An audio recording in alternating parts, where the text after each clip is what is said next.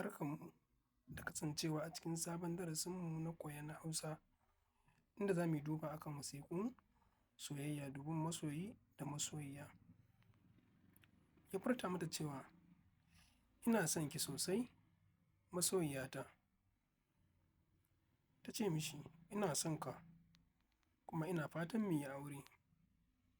Sai ya ce mata, soyayyarki ta yi nisa a zuciyata.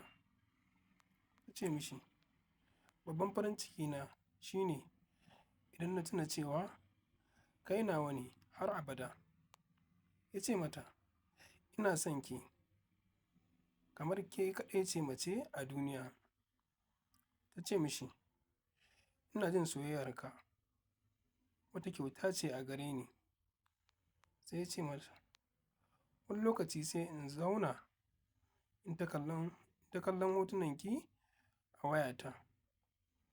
To, fatan alkhairi wannan shine darasin namu. Ayi liking, ayi subscribing. Na gode da saurare.